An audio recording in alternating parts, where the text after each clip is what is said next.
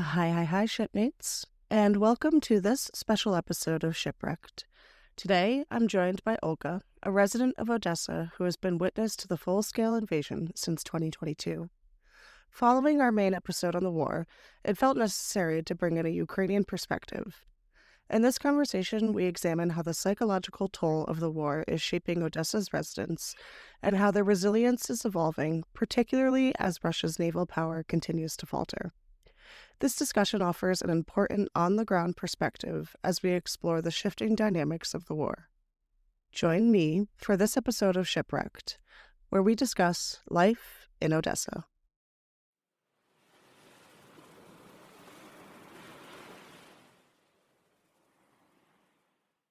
Do you want to introduce yourself? My name is Olga. I live in Odessa, as you probably know, and I'm 41 and 25 years of which I live in Odessa. I was born in the very south of Odessa region, and half of my family is in Odessa and half is in Izmail. So, yeah, this year is 25 years, the anniversary of me moving to Odessa. I'm a university professor and also a translator and interpreter. Well, thank you so much for taking the time to chat with me today. Do you want to go ahead and describe your city and your home? Well, Odessa is a true gem on the Black Sea, and it's a nickname, let's say one of the epithets that is often attributed to Odessa is a gem on the Black Sea, and we have souvenirs with this gem in a shell. And the life pace is like in many port cities, southern port cities, and the everyday life is built around trading and tourism and the port activities, of course, but also around leisure time, because people are really laid back, and many people coming to Odessa say that the life is a bit slower than in non-port, non-southern cities. And people who live in Odessa, I guess we love our city for the vibe in the first place, because it's quite unique. You can sense it. It's somewhere in the air. And we are not sure what is the recipe of this vibe, but maybe that's the cuisine that integrates so many different cuisines. But maybe it's the sea breeze mixed with fragrances of flowers and acacias and other beautifully smelling things. And also the wheat. Sense of humor. The wheat, Odessa has been famous for it, and it's not about some straightforward jokes. It's about intonations and irony and such things. You would hear among the post-Soviet space, you would hear this word combination, Odessa humor or Odessa joke. This is something that is believed to be a characteristic of the city. I feel like I can kind of relate to that concept of there really is just something different to living on the sea, you know? Yeah.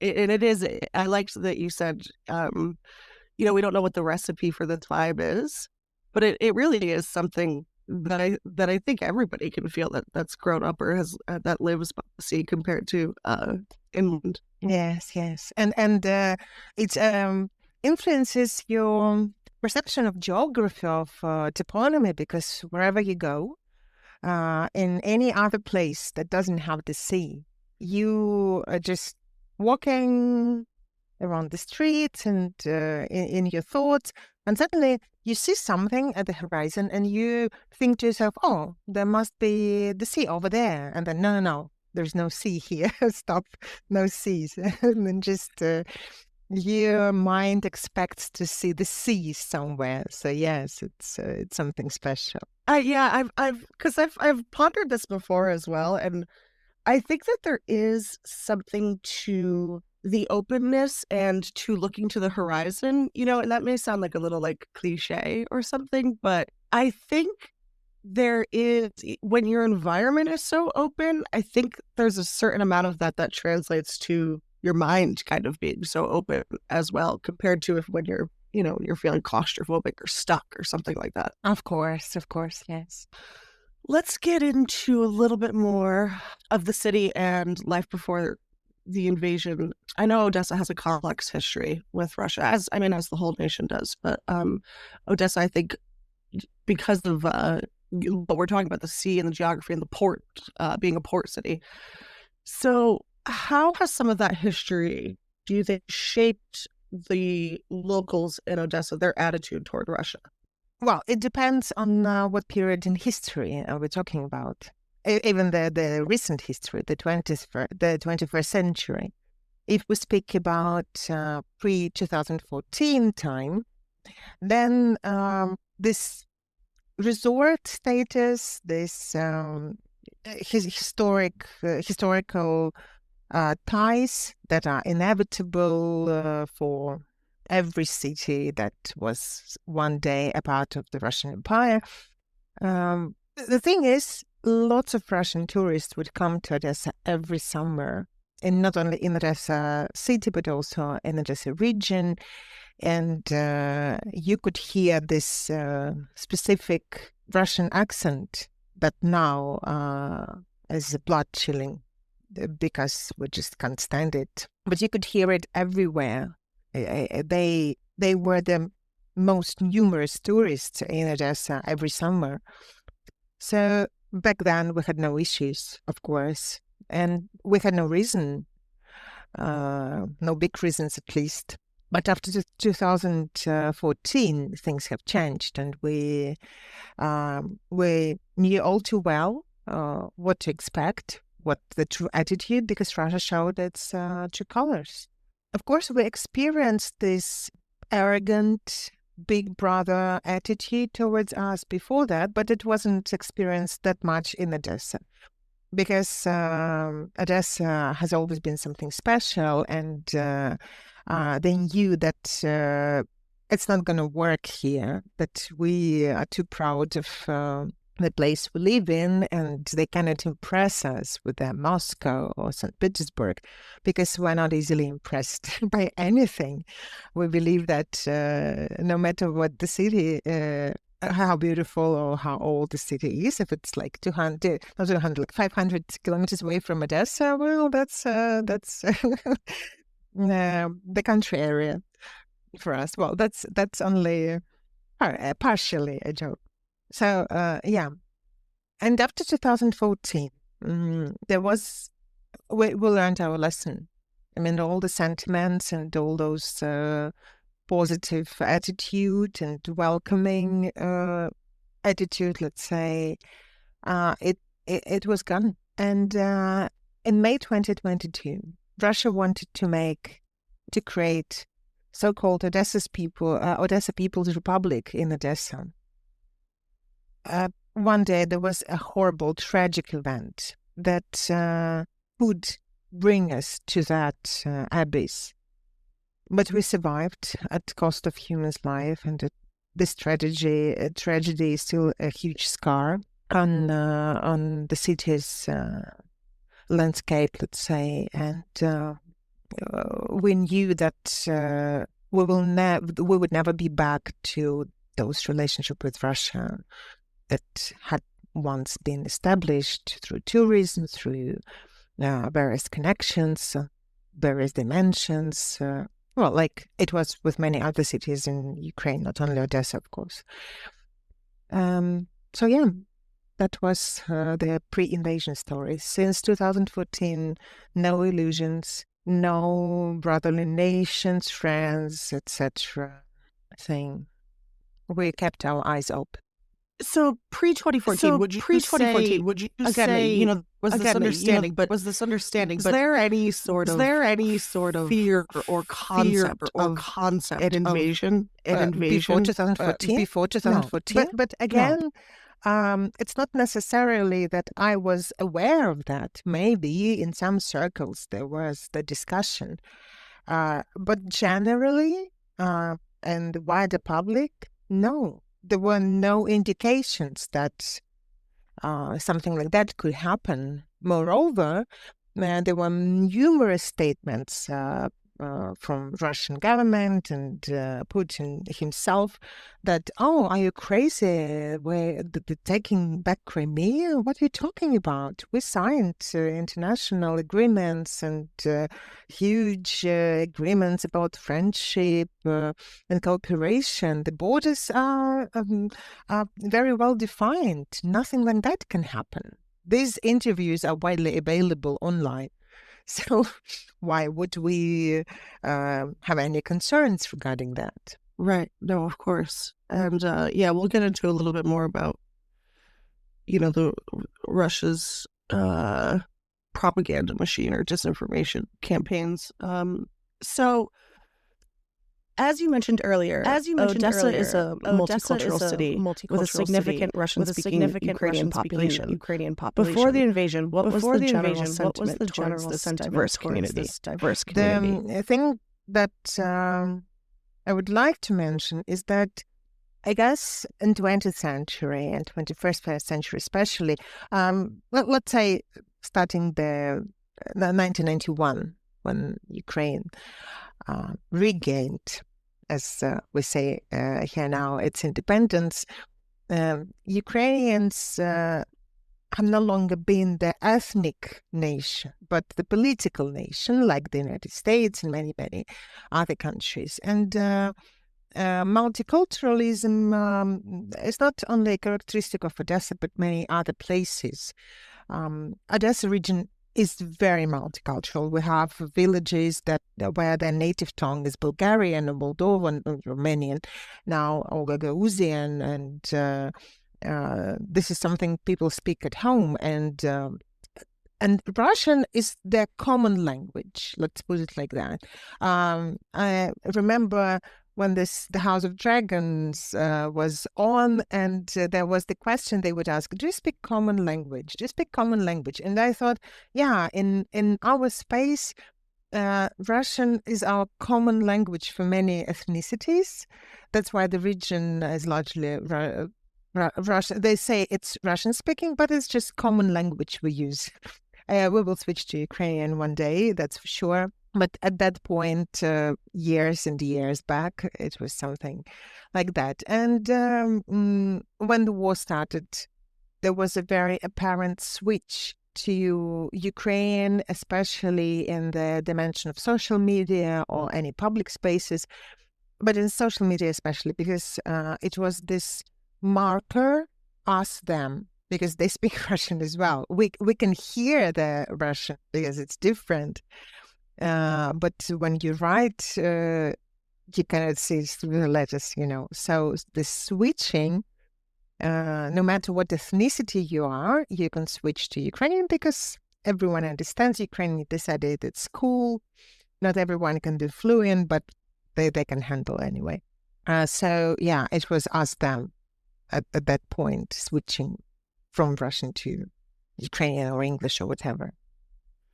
Yeah, I mean, language is such a powerful, tool, and also, just so important personally. I would imagine to one thing that you can do internally to feel like you're taking control is, the language that you speak. Yeah, but still, we must remember that the Russian language doesn't belong to Russia, no matter how hard they try to show that this is their property. English doesn't belong to Great Britain, or I don't know. It doesn't mean if people speak English in the US, doesn't mean they want to go back to be a part of the British Empire. This is just a ridiculous statement. But somehow, in people's head, people who speak Russian in post-Soviet space want to be a part of Russia. And it computes perfectly well in their head. Doesn't work at all. Yeah, that's really interesting because it does feel like that makes sense to them, but in reality, it doesn't make any sense to anybody else. And like you said, it's not even that swift from Russian language even to just then labeling it as common language, I think is an important thing.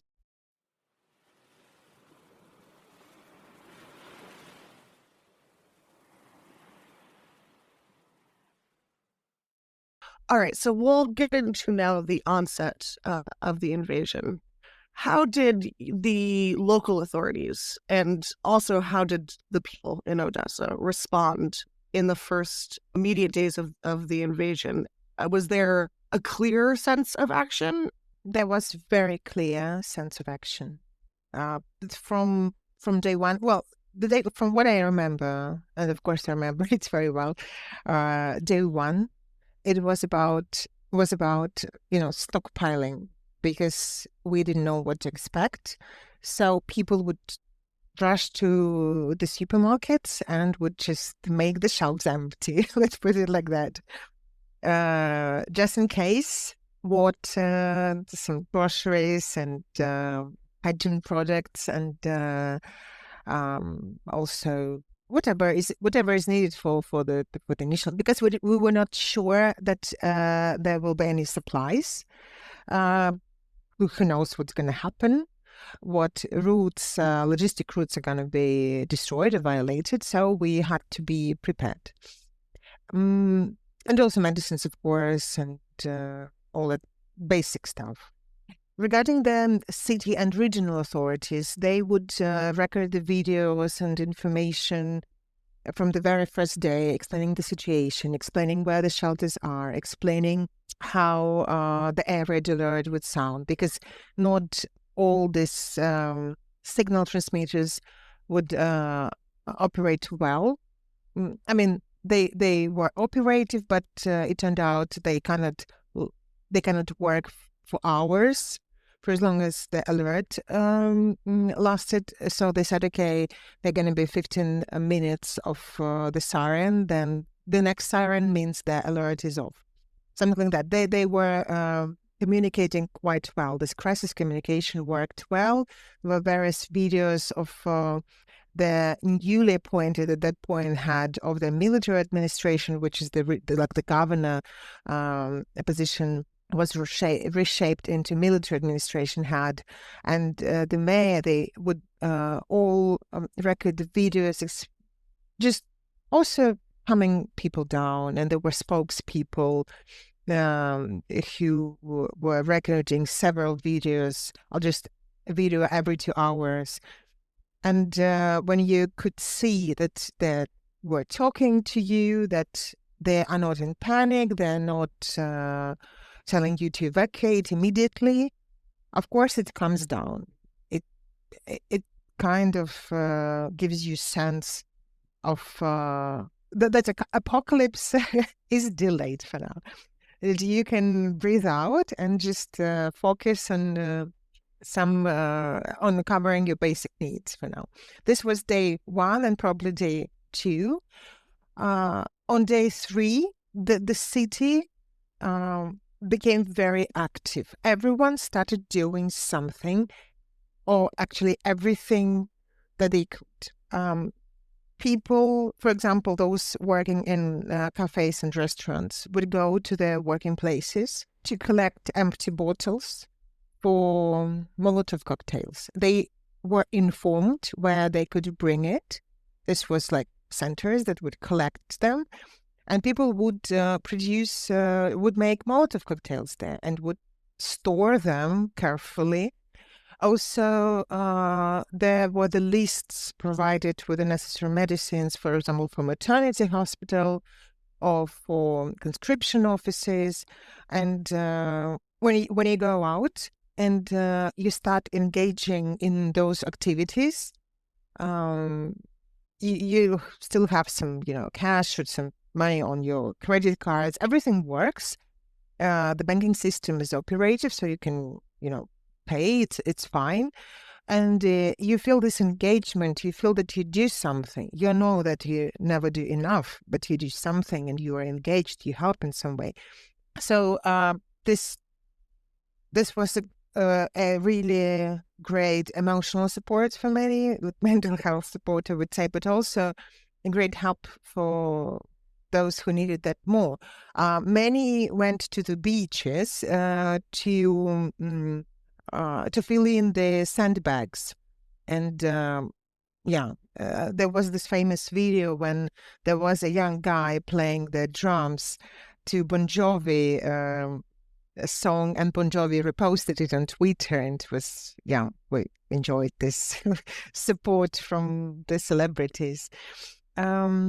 Also, the authorities very quickly unrolled the humanitarian centers where people would bring clothing, some winterization things, because it was winter, and people from other regions, from other cities that had been badly affected, or the vacation started, and they would come to Odessa as a transit or stay in the city. So they needed everything, because many people would flee with a backpack or with this, plastic bag with a few documents and, a favorite kid's toy. And that's it. So this was another big thing. People would just take everything they could from their homes to bring to those humanitarian centers. And of course, all the centers and the shelters and every other facility, it required human resources, and people would just go and volunteer because business was hesitant about whether they should continue operation or not. So people would say, "Yeah, we're going to do something. We're going to help." So they would go and volunteer. For example, I work in the translation department, and we organize the students to provide translation services for everyone who needed that. It could be everything from lists of medicines from the military hospital to the subtitles to some information videos, or sometimes even some birth certificates for children who would live with their parents or unaccompanied, or with their relatives because their parents could leave, something like that. So the idea was that everyone would do something they could, but this sense of engagement would keep people going. I think that's interesting, the concept of this unity amongst your community ultimately being a benefit to your mental health. I have a question here about how did community cope with the possibility of, the Russian forces landing in Odessa. Was the immediate sense of action actually a tool to cope? Was there even time to process it, or was it like, there's a job here that we need to get done immediately. We have to help each other. We have to do this. Yes. It was quite like that. We don't have time to panic. We don't have time to be afraid. We don't have time for self-pity. We know we don't deserve it. We know that this war is unjust and unfair, but we have to face it, and we have no time to be weep boys and girls and just to throw drama. We have so many things to do. So, Right. We were doing them. Yeah. So it sounds like you felt pretty supported by your community, and the local authorities did a good job to support the population during this time. It felt like that, right? The thing is that when I woke up in the morning of 24th of February, one of the top news was, that wasn't top news, it was debunking of the news that there was amphibious landing in Odessa. There was the information, people come down, please don't take it seriously. There had been no amphibious landing in Odessa. It's a lie, because Russia reported there was already, but there wasn't. And of course, we fully understood that the possibility. We were explained their plans, that they want to cut Odessa, to basically blockade Odessa, because Odessa is kind of, this geographically, it's a little bit separated because of the sea. It is this region a bit separated from the mainland Ukraine, let's put it like that. There is this small area. If you cut it, the Odessa region is blocked. And they wanted to kind of connect the troops with something they had in the Transnistrian region in Moldova, and that was the plan. It was quite apparent and no-brainer, and we were explained it's going to be like that. And I know that the city was preparing for this worst-case scenario. They were stockpiling food and some non-food items, and also the pet feed. I know that was a dedicated warehouse where they would stock store the food for pets, because we're not the only one. We have to take care of our dear fluffy friends. And besides, I live not far away from the sea, and the park I have nearby, it has a marvelous sea view, a bit on a hill. And in the early weeks of the invasion, we could see with naked eye those Russian ships on the horizon. We could see them. So we knew all too well it is quite possible, if we didn't know what capabilities we had. I mean, Ukrainian Navy had to protect the city, but we could see those vessels. And at some point, like a week later after the invasion, or 2 weeks later, we would go out to the park to catch some air, and we knew that if we could see the ships on the horizon and we could hear the alarm, it means we have to go to the shelter very quickly, because if that's one of those ships gonna launch something, we will have 30 seconds stop. And we're very exposed because we're looking at them. But if we do not see them, then we can take a longer walk around the park. So yeah, it was a very interesting experience. Maybe reckless. I understand now, but interesting for sure. And after Moskva was went to joined the submarine fleet. We breathed out and we realized that landing was unlikely. And when Snake Island was liberated, that we said to ourselves, okay, we're gonna be fine. I think even before Snake Island, we were quite safe. We understood the risks that were very, very small. There were the attempts, we were told. But there were the attempts. The smaller groups were trying to land. But as a result, we had very fat fish, very fat Black Sea fish, because they got some additional nutritional elements. Quite poisonous, I guess. Quite toxic, but still.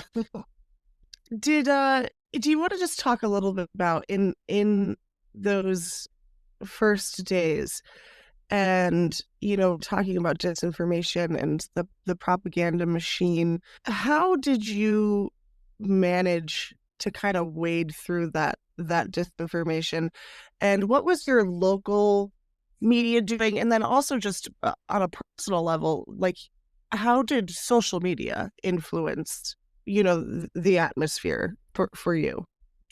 I can't say we had any issues with Russian propaganda, because we had learned our lesson in 2014 when we were flooded with the Russian propaganda, and we didn't know what to do with that. We couldn't immediately tell apart the propaganda and the genuine events.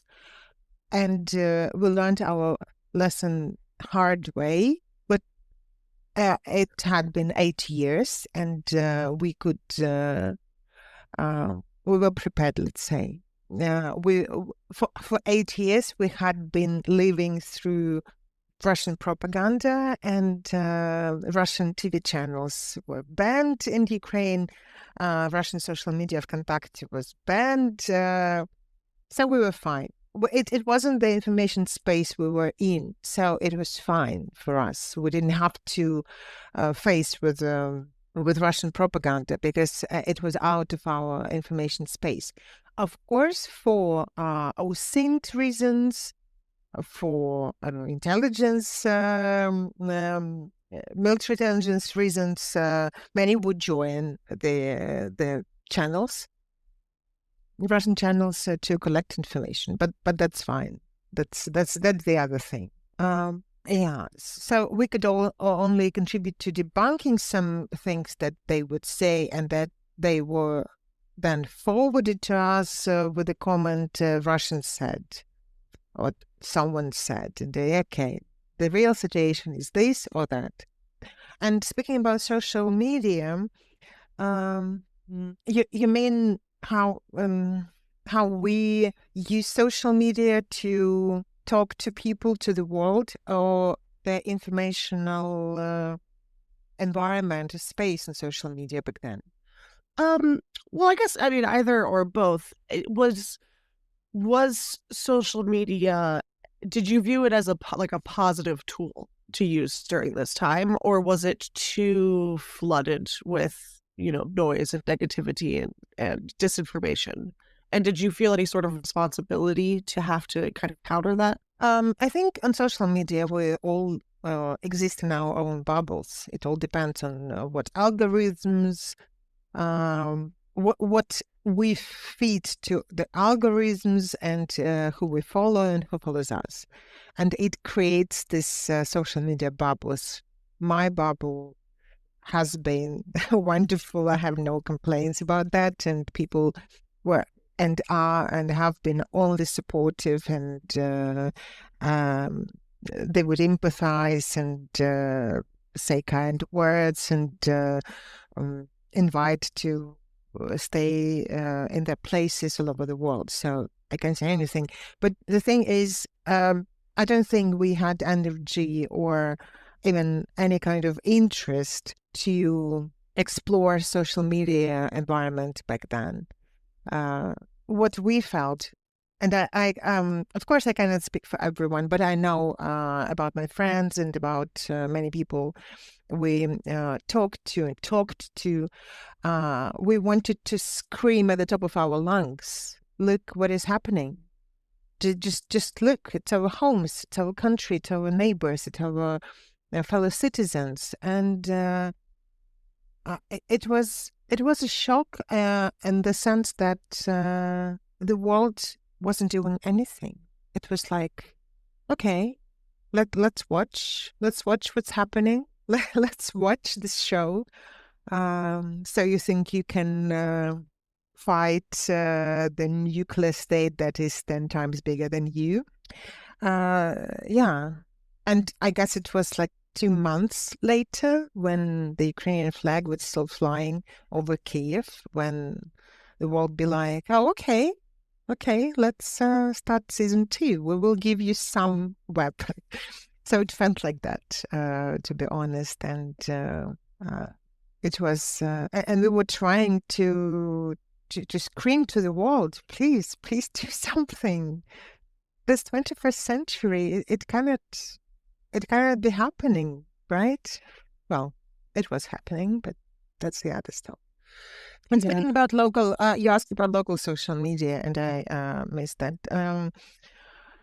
We have a lot of various channels. Some of them just report about air raid alerts with the comments, what flies where, what area, even of the city, not only the city, but even what district of the city is more endangered at this particular point. What kind of weapon is flying? How many minutes we have to take shelter, if any. Then there are the channels that give the general overview of the day, the channels that speak more about the military actions. They're just news channels, and there is just no informationally. We have like full package and even more. Whatever you like, to any taste in any language, for any region. So we have all of it. Communication words, I see no issues. So, yeah. Good. Yeah, that's making sure that you can control that sphere is really important.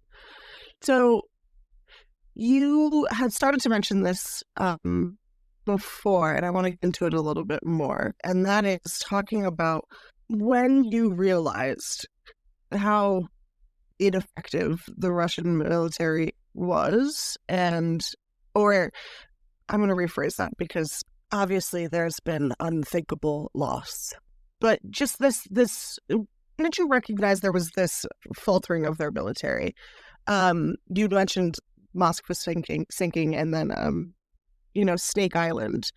And so when those two events happened, was there a big shift in your perception of Russia and what they were capable of doing? The shift of perception was probably day 2, 3, something like that, when we saw the event, the burnt down colonies, columns of their military equipment and vehicles near Kiev, and also in many other places, when it turned out that the so-called Second Army in the world can be resisted. That if they attack you, you're not doomed. If you fight, if you choose to fight, if you choose to resist, you can do it. It was day 1, day 2, day 3, day 10, day 15, a month, and we were still destroying the vehicles. Their human losses were quite big, and it was apparent that they are just human beings, no matter what the propaganda tells the world, or to them that they're made of flesh and blood. They're easily destroyed.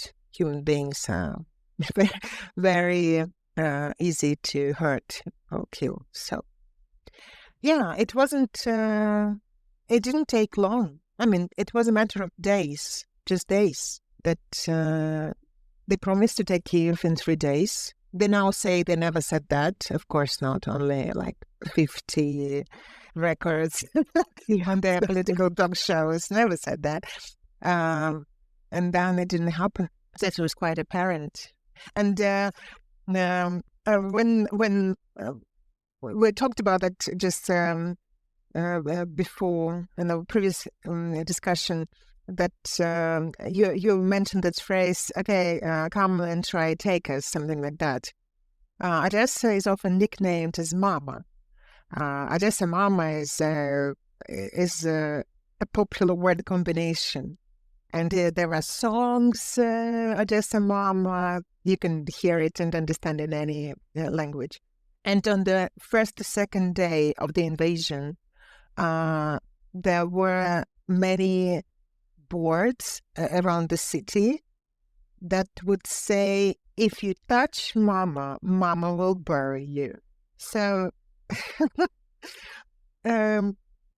I could see this word fear in your questions. And at some point I said, okay, why are we talking about fear all the time? Who said there was fear? Of course, we are afraid of missiles. We're afraid of Shahed drones.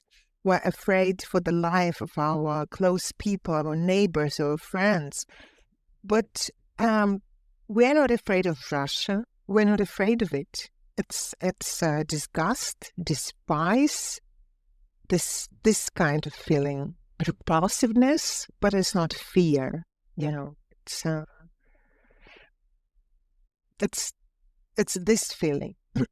We know what Russians can do. We know what kind of evil they are. We saw the mass graves and the occupied territories, but it doesn't mean there is fear of Russia. I don't think we ever feared Russia because, probably because we know it so well, because they're just our drunken neighbor next door, a big one with a bear.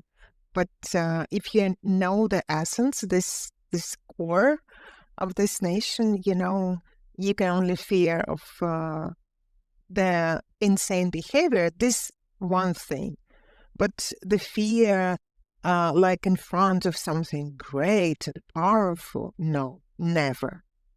I don't think that's ever been a sentiment. That's that's really interesting to hear. I think I had that question about did anything ever feel inevitable, or was there always this? Were you always assured that Odessa Mama would remain? No, there wasn't a feeling of inevitability. I don't recall that we would feel anything like that. We were thinking about the scenarios if the city is occupied. It was a possibility, but we were kind of considering, okay, it will be occupied, then it will be deoccupied, then something like that. We could never think of the scenario that it will be occupied, terminally for good. Now, it wasn't even an option in our mind. We knew that the Russian troops are coming close to Mykolaiv, and it's just 100-something kilometers, 130, I guess, away from Odessa. So the threat was very real, but the understanding that it could be that we must leave because it's inevitable. No, we stayed. Means that we didn't believe that we were doomed to be occupied.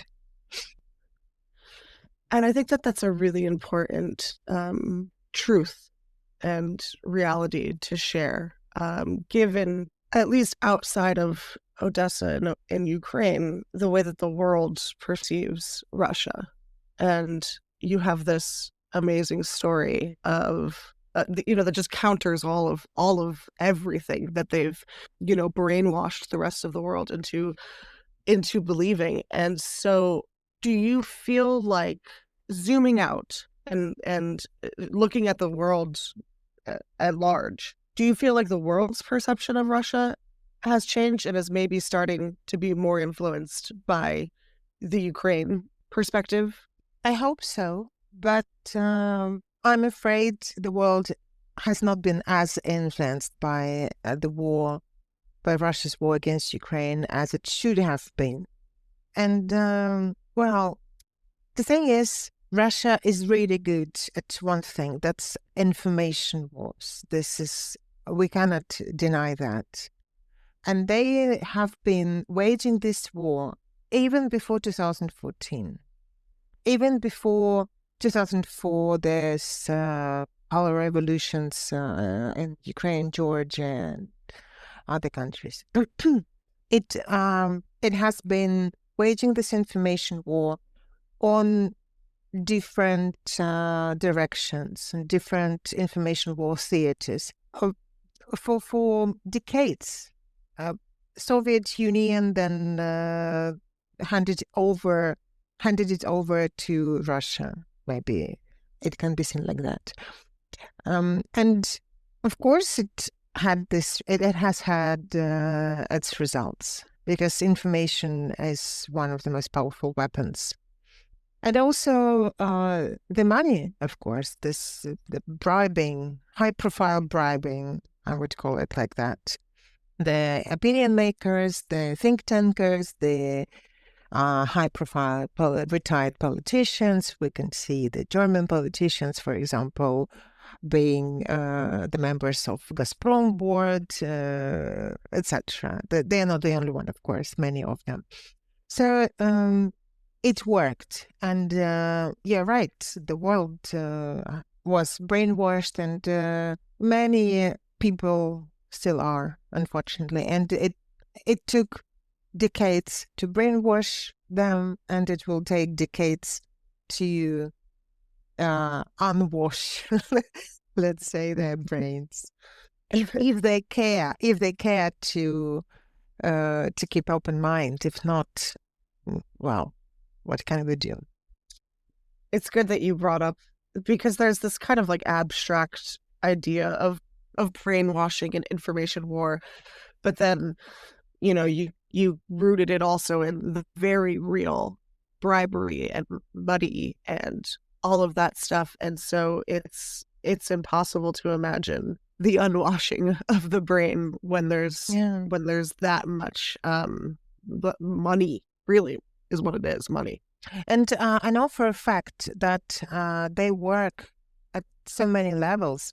It's not just this very high international arena where they only deal with prominent academia representatives or high-profile politicians. No, they try to interfere at absolutely every level, from small scientific journals to some, I don't know, some NGO here and there.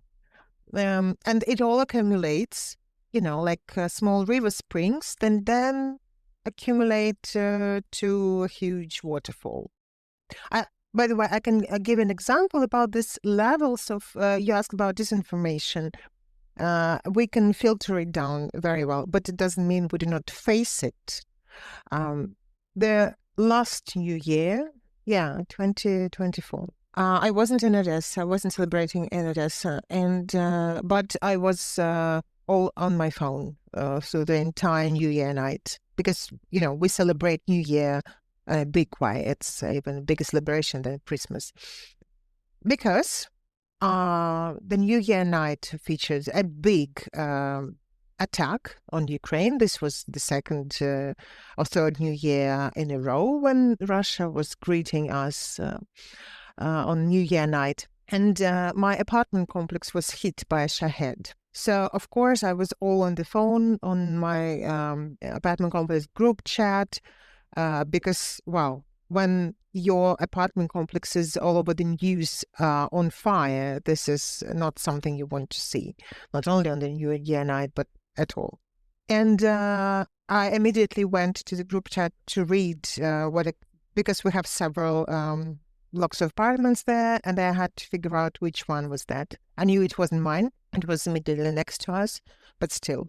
And there was a lady, well, someone that we think is a lady, who said, okay, please let me in that group chat because I have an apartment there.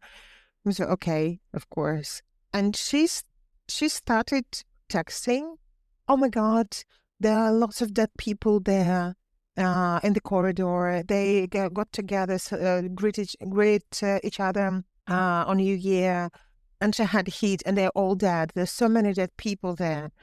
And people be like, oh my God, what, sorry, what shall we do? And a phrase at a phrase, 10 minutes later, it turned out that it was lie. Nobody was killed, thankfully. Because the drone did not explode. So that was pure luck, if it could be called like that. That nobody was killed. One young lady was badly injured, and of course the apartment was gone, but at least nobody was killed.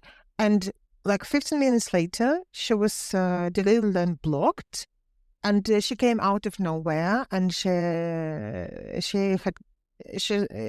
was gone for good. I mean, this level, just to bring more panic, just to confuse people.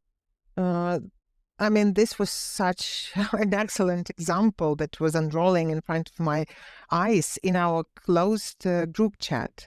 I mean, it's not like it has any kind of security or protected, and we added here ourselves because she asked to, but I was like, oh wow, you guys are tireless. So yeah, that's wild. Yeah, right. Yeah, just how insidious it can be. And yeah, the idea that, it's like you were saying before, that you can craft your online bubble and feed the algorithm, and how to stay away from the disinformation and the propaganda. But it really speaks to that it's everywhere. It's even even in that scenario. How Yes. how how could that even that's crazy. Yeah. And it means they will imagine, I mean, there is someone who is watching this attack live just to see where and what was hit. And there is this chain of information that is triggered somewhere. And they say, okay, this is the address. Find this Telegram chat or Viber chat, join it, and just make people really upset. I mean, that's crazy, right? The amount of human resources they have. Yeah, that really is. I don't mean to laugh, but it because Yeah. Now it's a bit of funny. Let's say. But when we think about that, the scale, I guess we don't comprehend the scale of how bad it is. And also, I remember in retrospective, I'll a bit take a step aside, but retrospectively, I remember very well that in my childhood and as a teenager, we mostly consume Russian news. Not only me or my family, everyone in Ukraine, because the television was of better quality, they had more money, the entertainment segment was good enough, mostly copied from Western shows, but we don't mention that. And I now realize that all the news we heard, it was all lie. For example, about the war in Chechnya, it was all lie. And we thought we lived in the information space where we believed everything they would say. Now we know it's lie. Now like how many, 15, 20 years later, I feel like I have to apologize to Chechen people I encounter on social media for believing what they said about them. I was a teenager or a child. I couldn't look deeper. But also, there was no internet, so it was unverifiable. Russians have no excuse like that. The access to information is lavish. They can read and verify everything. They just don't bother. That's a different story. Yeah, no, and it's it also feels that way for the rest of the world too. It's like how do you, the way people consume information is a really big problem, and the lack of diligence that's done before you just believe, and not you, but I'm like the world, all of us. And it is something that you really do have to be like vigilant about because it's so easy. Just, read something online and then go with it. You have to really, really care to just consume information wisely. Yeah.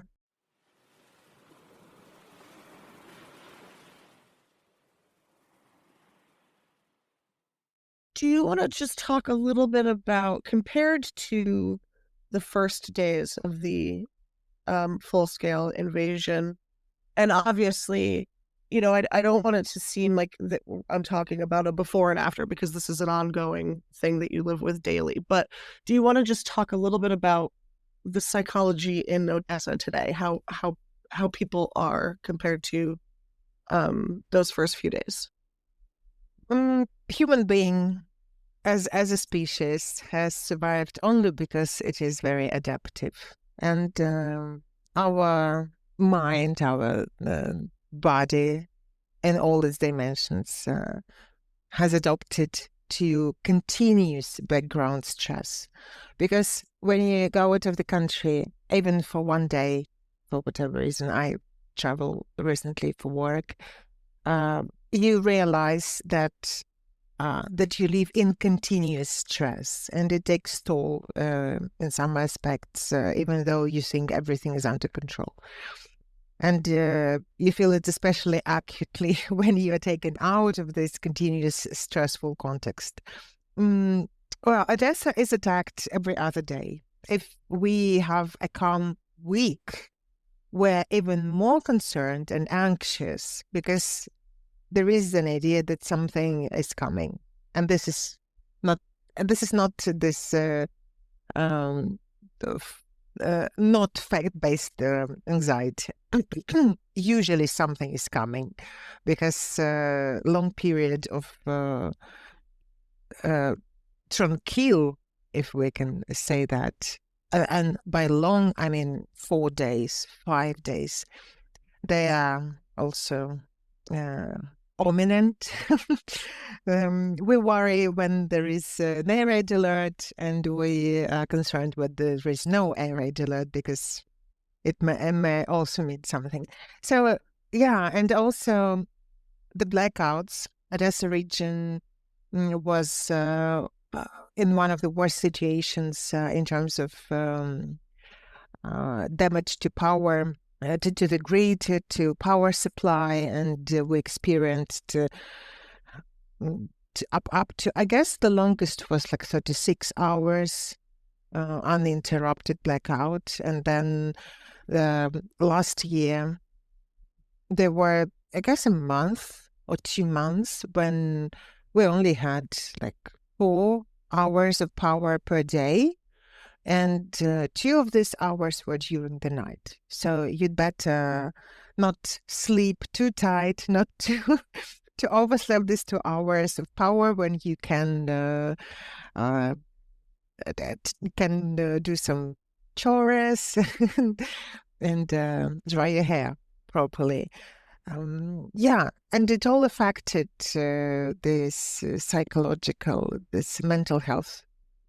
The blackouts, I can say for myself that these blackouts, I felt how emotionally exhausted they are. I could just feel it because you still have your applications, you still have your deadlines, you still have your lectures, you have all of that, but no power. Yeah, the generators and invisibility centers will all have that, but it's not the same as when you can do it from home or from the office, right? It's a very different reality and life routine. And nevertheless, people try to keep smiling, going to work, helping other people, helping those who are in more need than the others, donating to the armed forces, and also trying to celebrate life. I would say yes. So you can see videos from Odessa Central Street where young people, teenagers, are singing and dancing, the crowds of them. And the beaches are super busy. In summer, the beaches were super packed. The restaurants and cafes, the summer versions were super packed. And people are having babies. There are many newborn. And it's beautiful. It's, I guess, the ultimate celebration of life and the faith into the fact that everything's going to be all right, because you don't bring a baby to the world that you believe is not going to survive, right?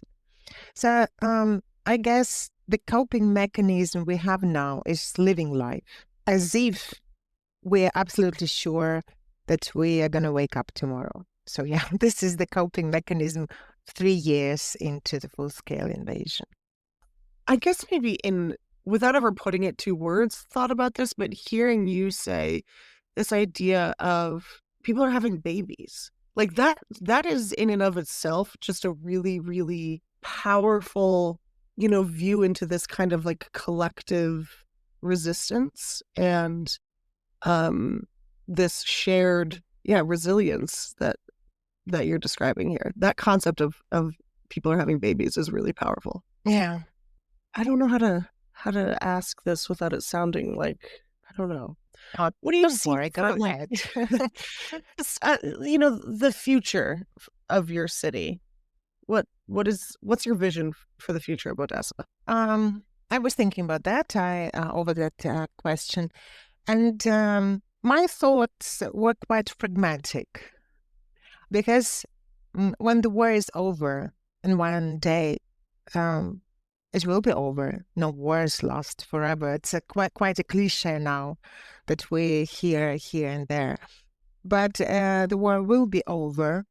And because Odessa is the port city, and I think it will become quite an important hub for the future country's recovery, because we have established routes to the east of the country and the south of the country, which are worst damaged. And it's the cheapest and easiest way to bring things, to bring goods and various items and raw materials by sea. So I guess the port will become larger and the capacity will expand. And I guess we'll have to bring more people to handle all those new jobs that will emerge there, because we will have to process everything that will be delivered to Odessa to further be distributed to the occupied territories, or those cities that are not under occupation but severely damaged. Something like that. Interesting. Yeah, that again, that concept of being a port city. Yes. My last question here is about the international community, and there's a lot of focus on obviously military aid, and there's a lot of focus on humanitarian aid in the sense of tangible things that people need, obviously. But is there anything that the international community could do for Odessa moving forward emotionally? I know that's kind of a a really big concept, but if there's anything that you could think of that the rest of us could do. Just don't give up on us.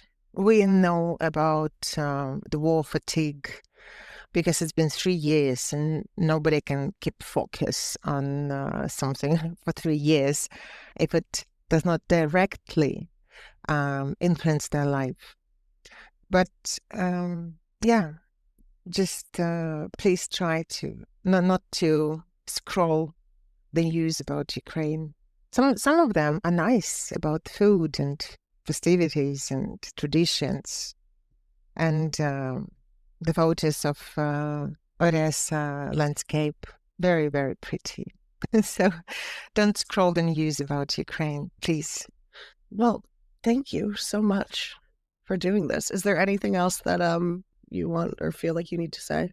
Only the words of appreciation, because I know sometimes social media be like, oh, Ukrainians are so ungrateful. We are very, very grateful, very grateful, truly, because we know that without the international support, we would have been toast long ago. We fully understand that. And we're deeply grateful for all the support for all this time. And I hope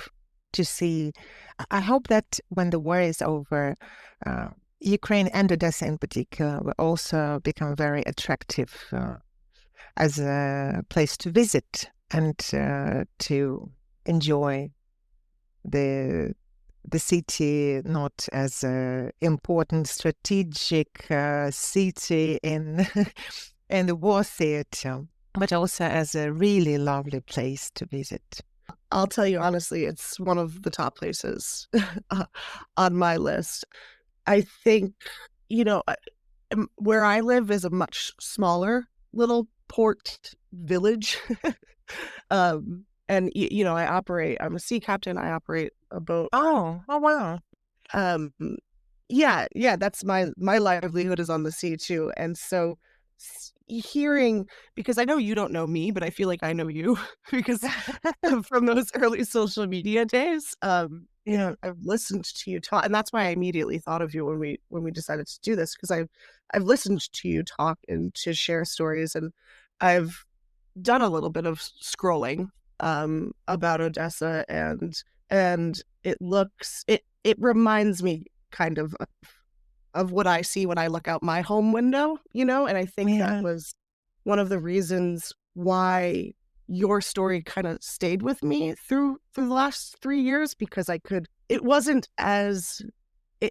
because for me personally, like the wars that I've experienced have all been through the TV, and it's all been mostly like Middle Eastern conflict with my country. And that looks so different to me that it's hard to kind of imagine myself in there. But with your story and your city and your community, I don't know, it just impacted me differently. And so, yeah, Odessa is like one of on my top 3 lists of places. Yeah. I hope So, you like coffee. I hope you like coffee because when you come to Odessa, I will take you to many very nice coffee shops. Odessa is a very coffee drinking city, and we have really good coffee, not this network poison. No Starbucks would survive in Odessa. We didn't have any Starbucks in Odessa, not one, because it wouldn't have survived. It makes no sense to open anything like that because we have many small coffee shops, and the coffee is fantastic there, and the price is more than reasonable. So yeah. I do. I like coffee very much. So Okay, that's it your would be a place. pleasure. Yeah. And also, all men in my family are seafarers. So hearing that you are a sea captain, that's fantastic, and that's amazing. And when they say, I was once asked whether there are many seafarers in Odessa, and there is this joke in Odessa style that when it rains, the drops either fall on the ground or on the seafarer. And if they fall on the ground, it only means the seafarer is at sea.